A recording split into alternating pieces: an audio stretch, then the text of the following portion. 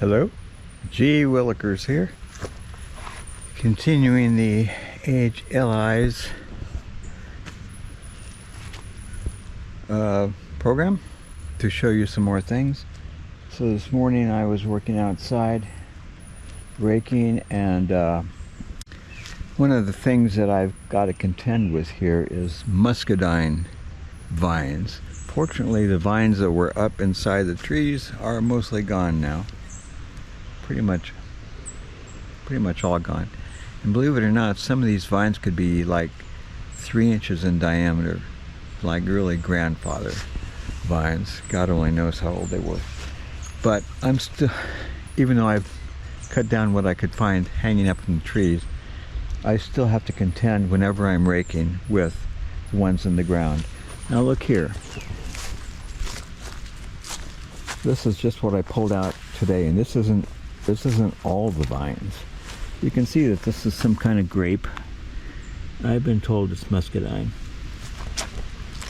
But yeah, one node like this, where it starts coming up out of the ground, has gotten roots that are just innumerable, and they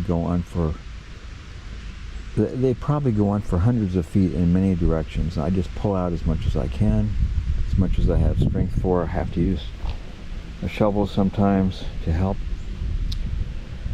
And then they're going to get burned. They're going to get thrown into the burn pile there.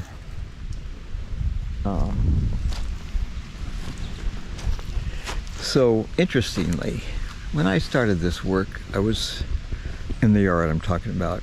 When I officially retired, if I can ever say I officially retired, it was probably around age 72 or 73, as near as I can recall, and started wanting to attend to the yard, which had been left alone for a long time.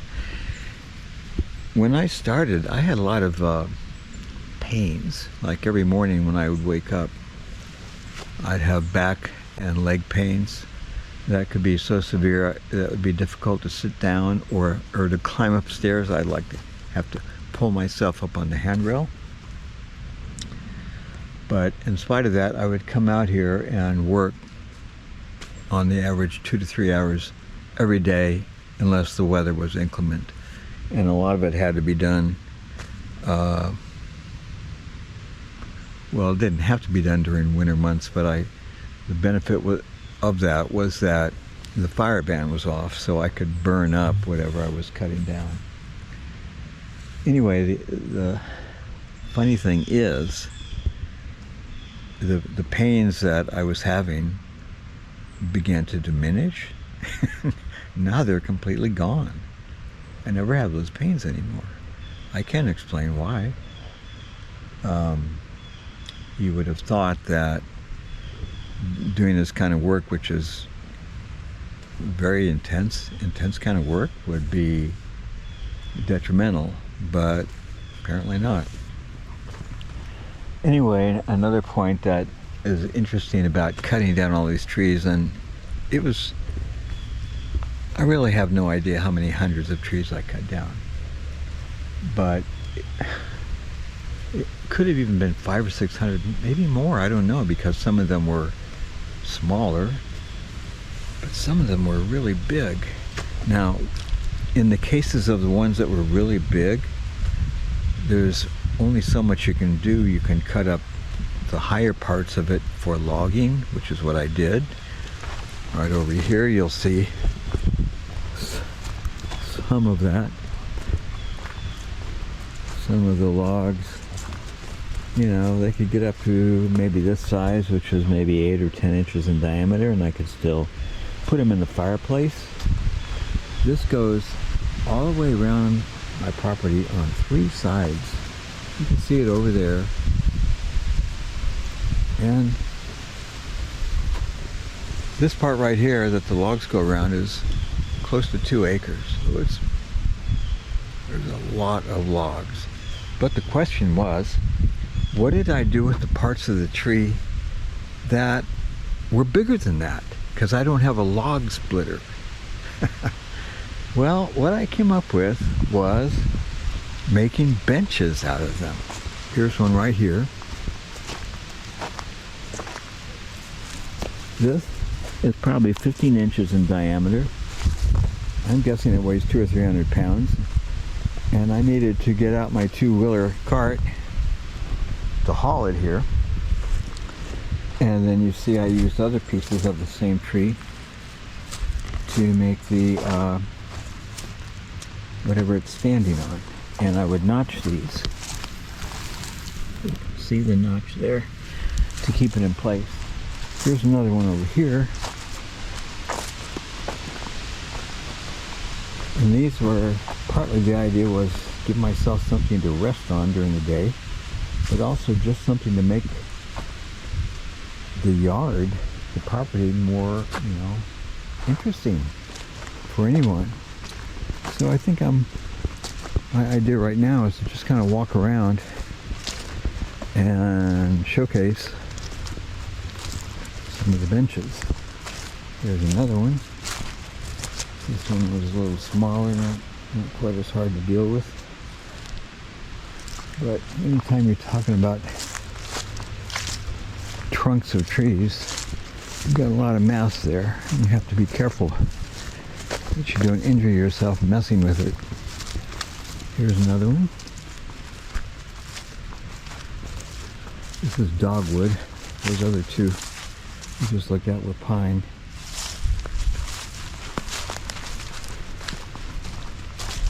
Here's another one.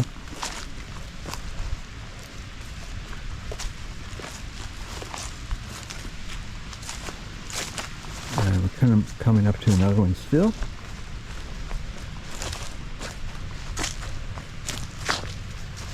Yeah. I don't know if I'll get to all of them because I got into a thing really where I was really into making these benches.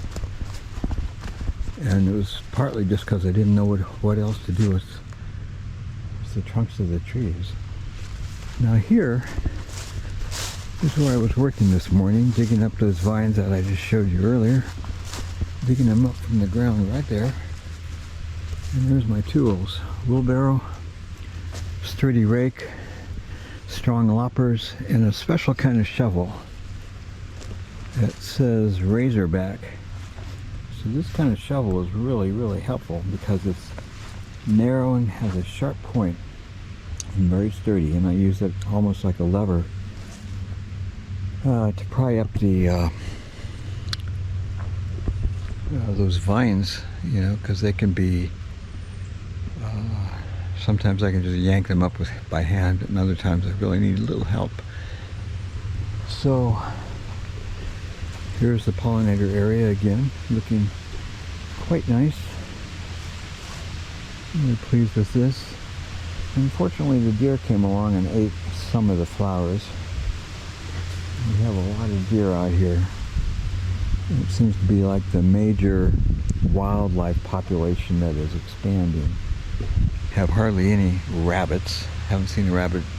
Well, I haven't seen a rabbit, but other people in my family have seen a rabbit. But we used to see a lot of rabbits around here, and now I don't know what happened to them. Haven't seen a possum for a long time.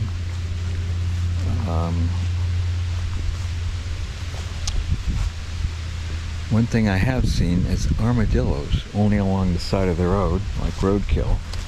But I never used to see armadillos this part of the country. You'd have to go down a lot further south to see them, but I guess they're expanding their territory.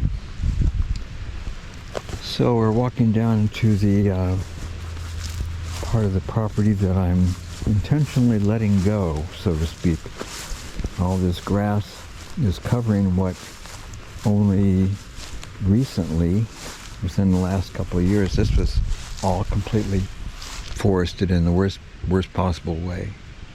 And when I cut down the trees and raked up the leaves that were under there, it was just bare ground. But now, since there's sunlight coming through, which there wasn't before because of the trees, and the leaves are raked up, which also kept, grass seeds from falling onto the ground. Look at this. Looks great. I love it. And I've got all these thistles. Here's a thistle which seems like they could have designed themselves a little better, because they just topple over if there's rain, which there was yesterday. But these beautiful purple flowers, this one's a little past its prime now, so you can see how cool, how nice it was. Here's one over here that's better. Here's one that's about to bloom. You see how the bugs like them? That bug's having a big time there. And here's one that's blooming nicely. Beautiful. So, and this is a huge thistle. And fortunately, he's finding a neighbor to lean on, this molen plant, which is also splendid plant.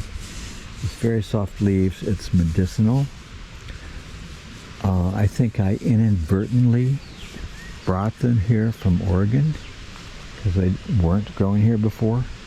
And but now they're just springing up. You can see just in the field of view here, a whole bunch of all these, these tall stalks are some molen. And what it does, it will keep growing very high. These are from last year. They're taller than me. I can barely reach up and see the top. But all these things that are now brown will, in the ones that are growing this year, will be beautifully yellow flowers, drawing in the birds. So anyway, I was distracted from my intention to go around and show the benches. Here's another one. I tried to put them where, kind of spread them around so that they'd be in nice places if a person wanted to rest for some reason. But I think I'm the only person, or the main person, who likes to rest around here. And I actually don't rest that much, so to speak. I'm usually kind of busy. Here's another one. I don't know if I'm going to get to all of them. I don't think I'll walk to the other side of the yard where there's also a huge bunch of benches, because I really got into the thing with benches. Now this right here, you might not be able to appreciate how tall that is. That is a magnolia tree, and I would say it's, I don't know, maybe 70 or 80 feet high. It's huge. I'm really pleased about that tree, but the only thing I don't feel exactly jazzed about is that it never blooms. Now, I don't know that much about magnolias. Maybe there's some that bloom and some don't. But this guy never has. He's got gorgeous leaves, though. Those leaves, huge and beautiful. That's how big they are. And it'd be a great tree to climb too, so maybe one day some of the little kids around here will decide to climb it. Alright, I think I'm going to let it go for there. I think those were the main things I wanted to share with you today. So this is G. Willikers. See you next time.